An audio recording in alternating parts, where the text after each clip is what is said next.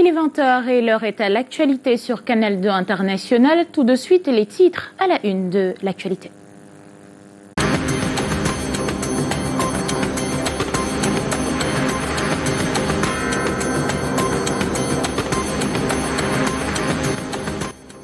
Morte dans des circonstances troubles, la ville de Konsomba s'est réveillée avec dans ses bras le corps sans vie de la jeune Josie, 25 ans, serveuse dans un bar. Sa dépouille a été découverte par sa famille au petit matin. Une enquête a été ouverte. Politique, une marée humaine accueille Maurice Kamto à Bafoussam. Le meeting du mouvement pour la renaissance du Cameroun a fait foule ce 20 août. C'était le premier grand meeting du parti depuis plus de 2 ans. Une occasion pour les sympathisants et militants de la formation de manifester leur attachement. Qui sera couronnée Miss Littoral? La finale régionale du concours de beauté Miss Cameroun est en cours à Douala. 16 candidates sont en compétition pour 3 écharpes qui permettront d'accéder à la grande finale de novembre prochain.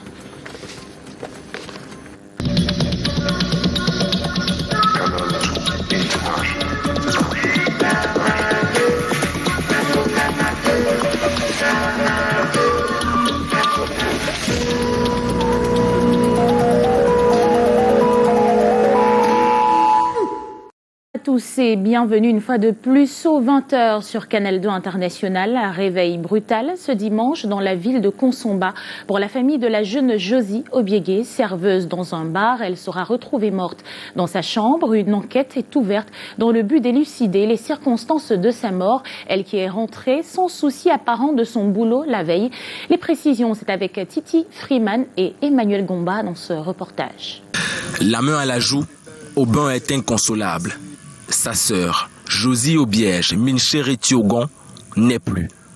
Son corps sans vie vient d'être découvert dans sa chambre par ses voisins. La pièce était fermée de l'intérieur. J'ai toqué la porte, crié son nom. Il ne répondait pas. Donc je suis quitté directement. J'ai alerté les voisins proches. Je suis parti maintenant à la brigade. Après bon, avant de descendre, on a cassé la porte, on a constaté que servante dans une boîte de nuit de la ville de Konsomba, la défunte, malade selon les témoignages, se serait couchée après son retour du boulot. Un repos éternel pour Josie qui laisse inconsolable sa famille et ses connaissances. J'ai cru que ma petite sœur a chuté parce que d'habitude, il y a des moments où elle restait chute parfois. Je suis arrivé, on me dit qu'elle est couchée ici depuis 7 heures. C'est quand elle contourne de l'autre côté, on lui voit coucher, on lui touche, elle ne bouge pas.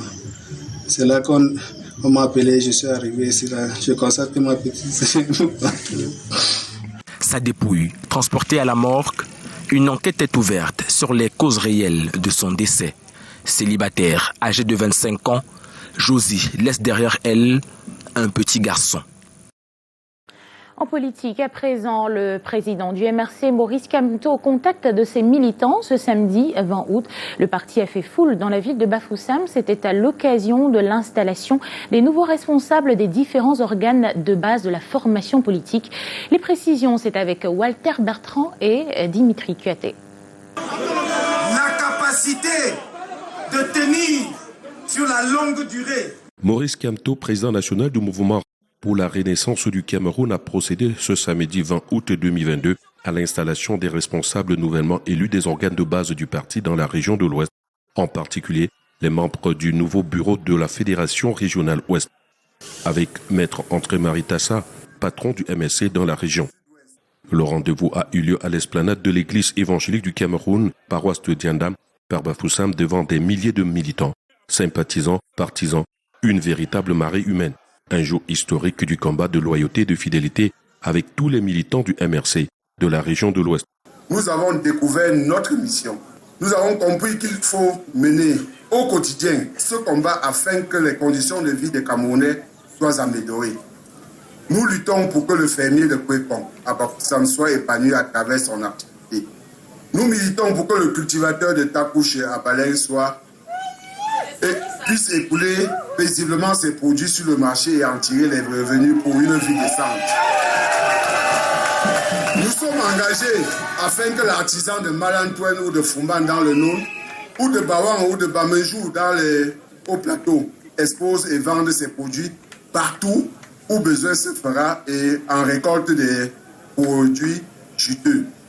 Le président était accompagné de la vice-présidente tiranoa, Sa Majesté Biloa Efa Albert Zonga. Dans son discours d'installation qui aura duré près de 30 minutes, le professeur Kamto a appelé le MSC à mettre en œuvre une dynamique d'inscription massive sur les listes électorales. Dynamique d'inscription massive des populations sur les listes électorales, car, comme je n'ai cessé de vous le dire, depuis 10 ans que notre parti existe, nous réaliserons le changement que les Camerounais appellent de tous leurs vœux dans la paix et par les urnes. De 14h à 15h45, ce meeting a polarisé l'attention des militants des 40 fédérations communales de l'Ouest et d'ailleurs avec une mobilisation exceptionnelle.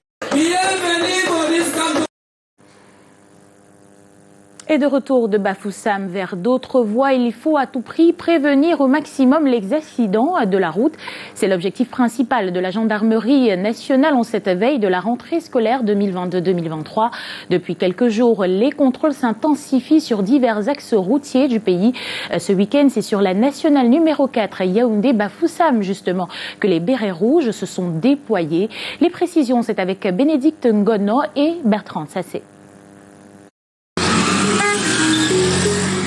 Au signal des Pandores, ralentissement obligatoire pour tous les usagers de la nationale numéro 4, ici à Ibebda. Avec le trafic intense ce matin de samedi, il faut prévenir tout comportement accidentogène. Vous êtes content de sa manière de conduire. Nous sommes là pour vous. Soyez en sécurité. Bon voyage. La gendarmerie nationale est aux avant-postes. C'est souvent 5, 6, 7 parce que les gens sont présents dans les zones plutôt de l'Ouest. Alors nous avons ce matin eu beaucoup de conventions, beaucoup de véhicules en excès de vitesse. Donc je peux dire nous sommes à une centaine de véhicules qui ont été interpellés et qui nous ont permis aujourd'hui de faire un bilan assez élogieux qui permet aux usagers de ralentir devant pour arriver à l'Ouest en toute sécurité. C'est l'opération Zéro Accident de la route qui est lancée depuis quelques jours par la gendarmerie nationale. Papa, pardon, tu m'as genou. Pardon. Et c'est l'occasion pour moi de vous rappeler que vous devez toujours contrôler que quand vous prenez la route, vous n'avez pas de surcharge dans le car. Pas question de compter les morts en cette veille de rentrée scolaire. Si vous constatez que votre chauffeur roule vite, vous devez le lui rappeler. Et s'il n'obéit pas au premier contrôle sur la route de gendarmerie ou de police, vous devez être capable de descendre pour signaler. Les consignes consistent également en des mesures particulières à prendre pour sécuriser les axes routiers en cette veille de rentrée scolaire. Il s'agit pour les personnes retournant chez elles après des périodes de vacances d'arriver chez elles sainement et sans accident sur les axes routiers. Les cas d'excès de vitesse, cause numéro 1 des accidents, mais aussi la surcharge sont sanctionnés avec la dernière énergie. Vous avez le choix, vous pouvez apporter la moindre contrainte. Vous payez les 25 000, les 25 000. Vous n'avez pas vous dire que vous n'avez pas les 25 000. On vous auditionne. Les usagers indélicats n'ont qu'à bien se tenir en cette période de zéro tolérance. Une autre préoccupation que celle de la sécurité routière, l'accès à l'eau potable. Le forum régional des acteurs de l'eau se tiendra du 21 au 23 septembre prochain à l'ouest du pays.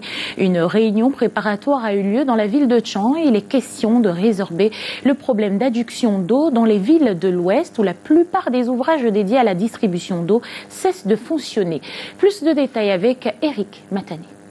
L'État camerounais paie chaque année d'importants moyens financiers à travers des projets foireux de construction de points d'eau potable qui, pour la plupart, n'ont été fonctionnels que le jour de leur inauguration. C'est donc une messe qui va être dite du 21 au 22 septembre dans la perspective de limiter au maximum ces pertes énormes de fonds que nous dépensons parce que nous ne prenons pas toutes les précautions et pour lesquelles nous n'avons pas de résultats. Réunis dans la salle de Zagla, commune de Tchon, cette fin de semaine, le maire de cette municipalité a présidé la deuxième rencontre du comité technique du Forum régional des acteurs de l'eau de la région de l'Ouest qui se tiendra du 21 au 22 septembre prochain. L'étude de géophysique et de géologie devient un fondement, quelque chose de non contournable. Or, nous savons tous, quand nous voyons les cartons qui parviennent dans nos collectivités, que le premier point du débit, quand on le lit, est généralement étude. Et on se dit, mais comment on peut avoir fait le débit sans avoir l'étude? Vous comprenez l'intérêt de l'étude. Le constat quasi commun aux maires de l'Ouest, ce forum entend mobiliser autour du même table toutes les parties prenantes de la chaîne d'exécution des travaux de construction des points d'eau afin de trouver des solutions durables aux problèmes de ce secteur, ô combien capital pour le bien-être des populations qui ne souhaitent qu'avoir de l'eau potable en permanence. Intéressons-nous à présent à la collaboration entre l'administration et les chefferies. Le maire de la ville de Douala, Roger Mbassa-Diné, est allé à la rencontre des autorités et élites du canton Bassa. Une visite de travail à la chefferie de premier degré de Dogbon, suivie de près par Titi Freeman. Vous êtes chez nous, vous êtes chez vous. Merci. Face aux chefs traditionnels et populations de la chefferie supérieure du canton Bassa, le maire de la ville de Douala, Roger Mbassa-Diné, y effectue une visite de travail ce 20 août. Il est question pour l'autorité de consiste à associer les populations à la base au choix des projets, au choix des priorités qui est détenu par le public. Nous sommes venus discuter, d'abord présenter ce que nous avons fait ces derniers temps pour le canton Bassa. Nous avons aussi écouté les questions, les doléances d'un certain nombre de responsables, d'un certain nombre de chefs. Au rang des doléances, l'épineux problème des routes, ainsi que celui de leur dénomination.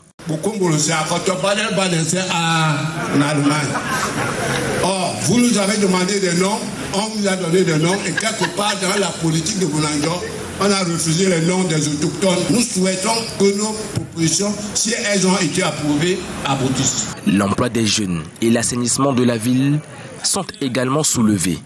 À tout ceci, le super-maire répond. Pourquoi que le dialogue a été fructueux?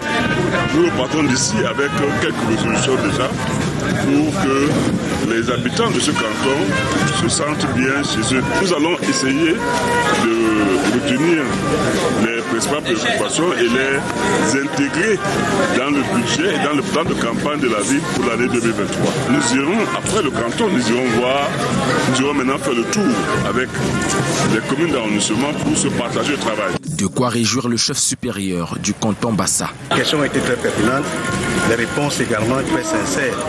Le maire n'a pas dit qu'il pouvait tout faire, ou qu'il pouvait faire des choses par exemple pour le baguette magique, mais qu'en fonction des moyens, des disponibilités et de sa programmation, on doit faire quelque chose. Nous sommes donc satisfaits, et moi je suis satisfait, et mes populations sont satisfaites. De la satisfaction après ce riche moment d'échange. Et qui dit chefferie traditionnelle dit culture. Elle sera une actrice de notre culture. Miss Cameroun 2023. Après une semaine d'activité, notamment la visite chez la Reine Belle, la visite du port de Douala, puis d'un orphelinat de la ville de Douala. Les 16 candidates du Grand Littoral sont en compétition ce soir à Douala. Les jurys éliront les 3 jeunes demoiselles qui mettent mieux en valeur le thème de cette 16e édition, la beauté au service de l'éducation. Elles représenteront la région du littoral au grand concours en novembre prochain. Nous y reviendrons certainement dans nos prochaines éditions. Et on ouvre à présent la page du sport. C'est une centaine d'athlètes qui se sont affrontés à Yaoundé au stade multisport de la garde présidentielle à l'occasion de la Coupe du Cameroun de powerlifting. Bras de fer et tir à la corde, c'est à voir dans ce reportage que nous propose Arsène Kenyé et Michel Foucault.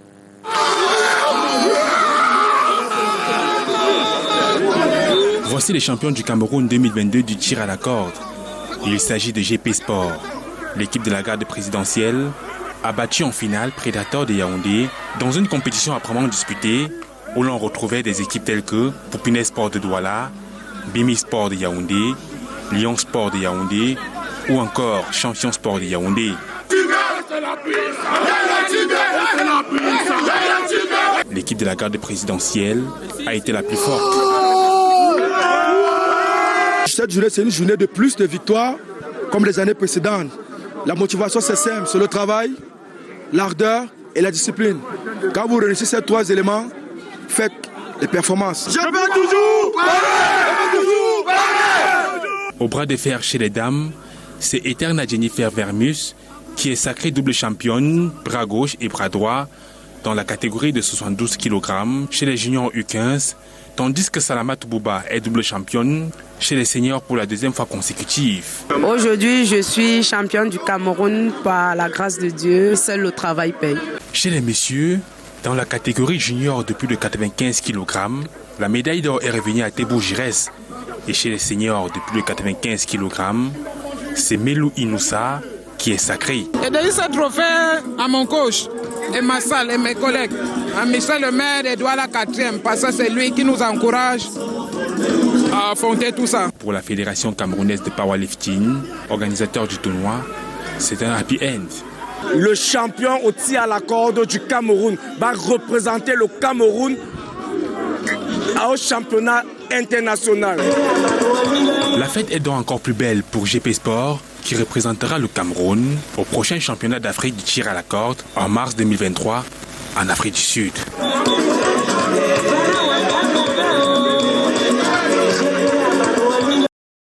Sport de combat à présent en Ligue régionale de kickboxing de la région de l'Ouest. Les athlètes prêts pour le championnat national.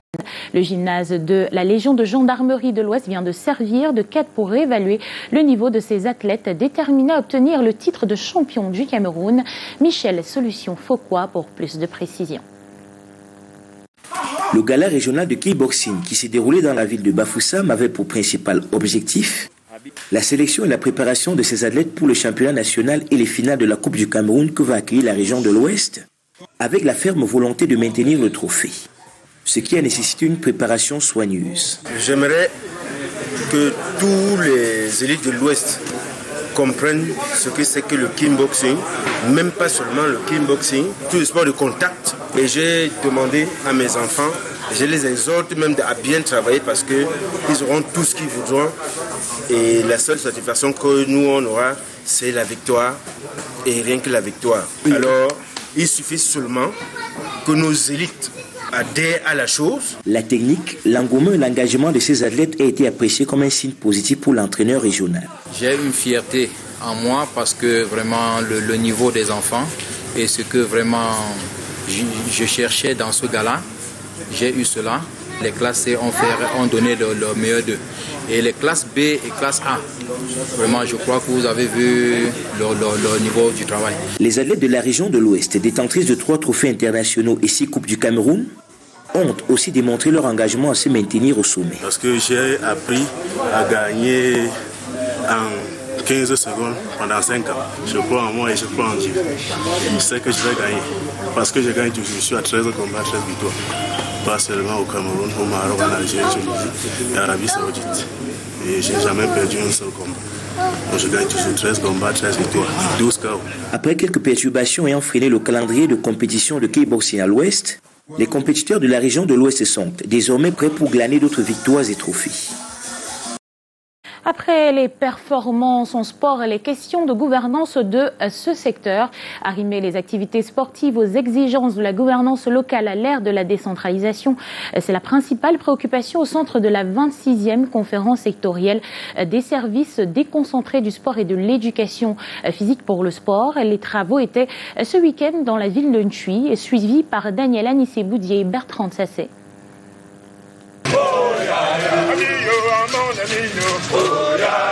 C'est par le sport que ces responsables des services déconcentrés du ministère des Sports et de l'Éducation physique pour le centre entament leur 26e sectoriel. Ils sont partis des 70 arrondissements que compte la région du centre pour la ville de Ntchui, chef-lieu du Bas-Menkim, ce 19 août. Des activités d'éveil de l'esprit avant la partie intellectuelle. Cette année, la sectorielle est consacrée à l'actualité du moment, la décentralisation. La leçon inaugurale du jour est centrée sur la gouvernance locale. En réalité, il s'agit ici de voir quel est le rôle désormais attribué au MINSEP en tant qu'acteur de la gouvernance locale dans ce concert effectivement de parties prenantes pour que, enfin, j'ai envie de dire, sinon que le processus soit déclenché et que l'amélioration des conditions de vie des populations soit au cœur finalement des processus. Nous voulons accompagner ces maires. Comment les accompagner? C'est en s'approchant pour dire, est-ce que vous pouvez inscrire ce projet dans le plan le plan local, le plan de développement local, nous permettre de venir assister à l'élaboration de leur programme, de leur projet, et c'est seulement à ce moment que nos services déconcentrés peuvent injecter leurs idées. Les débats ont lieu au lendemain des Journées africaines de la décentralisation, célébrées les 9 et 10 août dernier.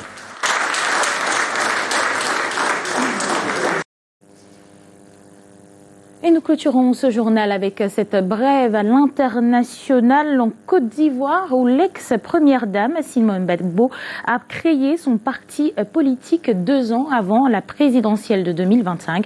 Elle rompt ainsi politiquement avec Laurent Gbagbo aux côtés de qui elle a formé un tandem au pouvoir pendant une dizaine d'années. Sans surprise, étant la seule candidate, Simone Yvette Gbagbo a été élue présidente du mouvement des générations capables MGC avec 100% des voix par plusieurs centaines de délégués lors d'une assemblée générale constitutive du parti. Jusqu'à sa formation, sa transformation en parti politique, le MGC était une coalition de mouvements créée en septembre 2021 avec déjà dans sa ligne de mire la prochaine présidentielle en Côte d'Ivoire. Mesdames, Messieurs, c'est la fin du 20h sur Canal 2 International. Demain, retrouvez à 19h50 Alain Ghislain Kanga.